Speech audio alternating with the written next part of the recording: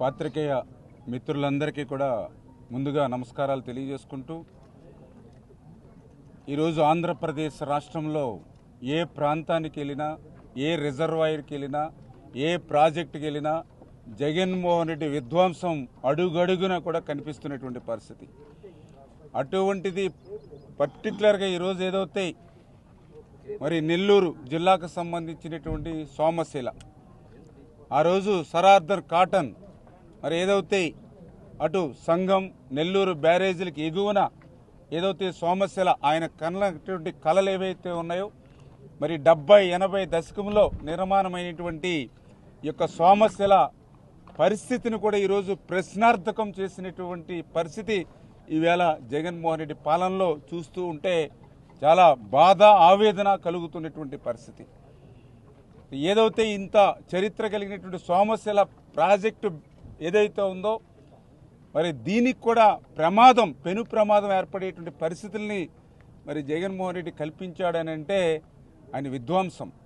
అంటే రాష్ట్ర విభజన వల్ల జరిగినటువంటి నష్టం కంటే జగన్మోహన్ రెడ్డి 5 సంవత్సరాల పాలనలోనే పర్టికులర్గా ఇరిగేషన్ శాఖకు ఎక్కువ నష్టం జరిగిందనే విధంగా ఈరోజు ఈ విధ్వంసం కనపడుతున్నటువంటి పరిస్థితి.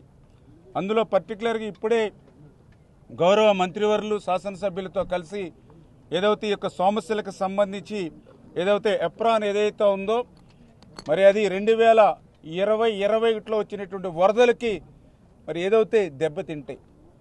ఎందుకంటే ఆ ఎప్రాన్ని వెంటనే రిపేర్లు చేసుకోకపోతే ఆ యొక్క ఫ్లడ్ వాటర్ ఏదైతే ఈ యొక్క సోమశిల డ్యామ్ నుంచి ఆ ఫోర్స్కి మరి అక్కడ ఉన్నటువంటి రాక్ కానీ శాండ్ కానీ అంతా కూడా కొట్టుకుపోతే మరి అక్కడ ఒక అగాధాల కింద ఏర్పడితే సోమశిల డ్యామ్ కూడా కొట్టుకుపోయేటువంటి ప్రమాదం పరిస్థితి ఉందని ఇవాళ సాక్షాత్తు నిపుణులు ఇంజనీరింగ్ ఎవరైతే ఉన్నారో వాళ్లే హెచ్చరిస్తూ ఉన్నారు.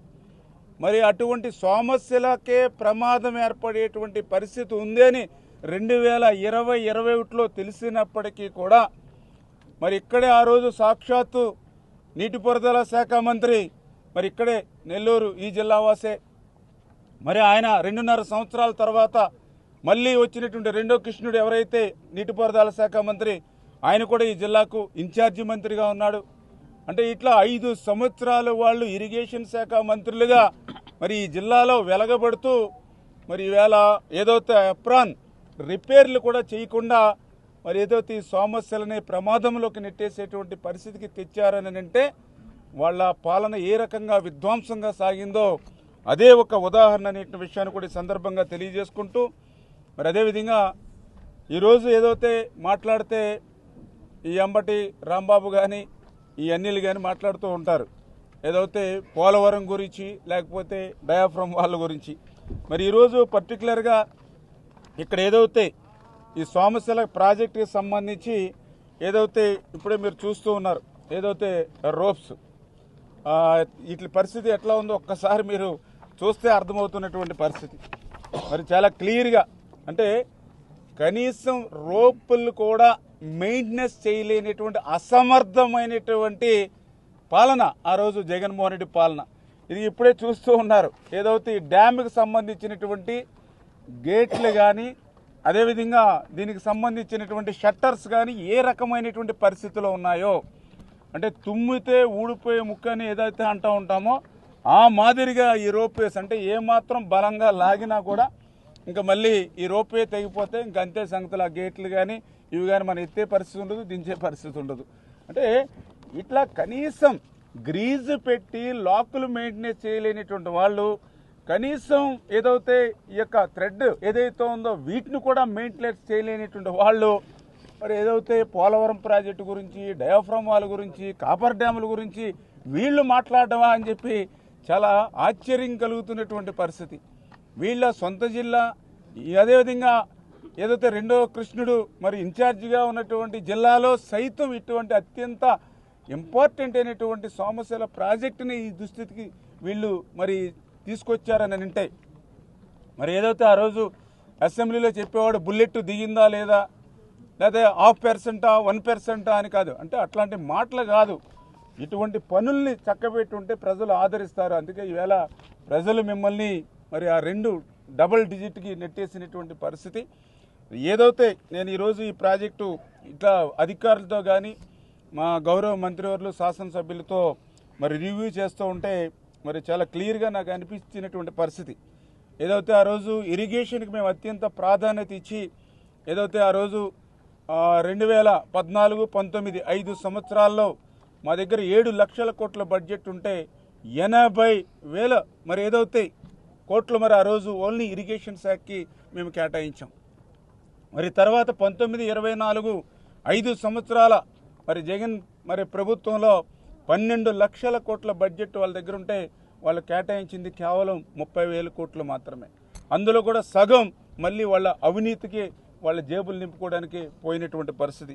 అందులో భాగంగా ఇప్పుడే మేము ఏదైతే అధికారులతో పరిశీలించినప్పుడు మీ అందరికీ తెలుసు ఏదైతే ASR high level lift canal చూసాం ఏదైతే ఫేజ్ 1 మరి ఇది చూస్తే 2014లో అగ్రిమెంట్ చేసి 2019 వరకు మరి దగ్గర 60%, 5 సంవత్సరాల్లో 60% పనులు మనం చేస్తే సరే ఈ 19-24లో వీళ్ళు ఏం చేశారని అడిగితే 0 అని చెప్తూ ఉన్నారు. అంటే ఏదైతే 40-45 ఎకరాల ఆయకట్టుకి ఇచ్చేటువంటి ఇటువంటి లిఫ్ట్ కెనాల్ని పట్ల కూడా వాళ్ళు ఎంత నిర్లక్ష్యంగా ఉన్నారు. అదేవిధంగా ఏదైతే ఫేజ్ 2 అయితే ఇంకా మీకు చెప్పనవసరంలా అది కూడా మరి వర్క్స్ కూడా అవి కూడా మూలన పడి మళ్ళీ అది కూడా రివర్స్ టెండరింగ్ పేరు చెప్పి దాని ఫేజ్ 2ను కూడా మరి మూలన పడేసినటువంటి పరిస్థితి అంతా కూడా చూస్తూ ఉన్నాం. మరి అదేవిధంగా ఇంకా ఇవన్నీ కూడా పరిశీలన చేస్తూ ఉంటాయి. మరి ఏదైతే ఇందాక చూస్తాం ఏదైతే తెలుగు గంగ నుంచి ఆల్తూర్పాడు రిజర్వాయర్కి మరి ఆ రోజు మరి 2018లో పనులు ప్రారంభిస్తే 2019 అంటే జస్ట్ 1-2 ఇయర్స్లో 40% పనులు చేశారు ఆ రోజు తెలుగుదేశం ప్రభుత్వంలో. కానీ తర్వాత చూస్తే 19-24లో మరి 5 సంవత్సరాల్లో కనీసం వీళ్ళు చేసింది ఏంటంటే 0. 2 సంవత్సరాల్లో 40 చేస్తే కనీసం 5 సంవత్సరాల్లో 1% కూడా పనులు చేయలేనిటువంటి పరిస్థితి దుస్థితి. ఇంకా ఆల్తూర్పాడు బ్యాలెన్స్ రిజర్వాయర్ ఏదైతే ఉందో అది ఇందాక మరి స్టడీ చేస్తే మరి అది కూడా 2019లో మేము టెండర్స్ పిలిచి ఇస్తే ఈ ప్రభుత్వం వచ్చిన తర్వాత మేమేదో రివర్స్ టెండరింగ్ పేరు చెప్పి ఆదా చేస్తున్నామని చెప్పి ఆ రోజు రివర్స్ టెండరింగ్ పిలిచి -28%కి మేము రివర్స్ టెండరింగ్లో వచ్చింది.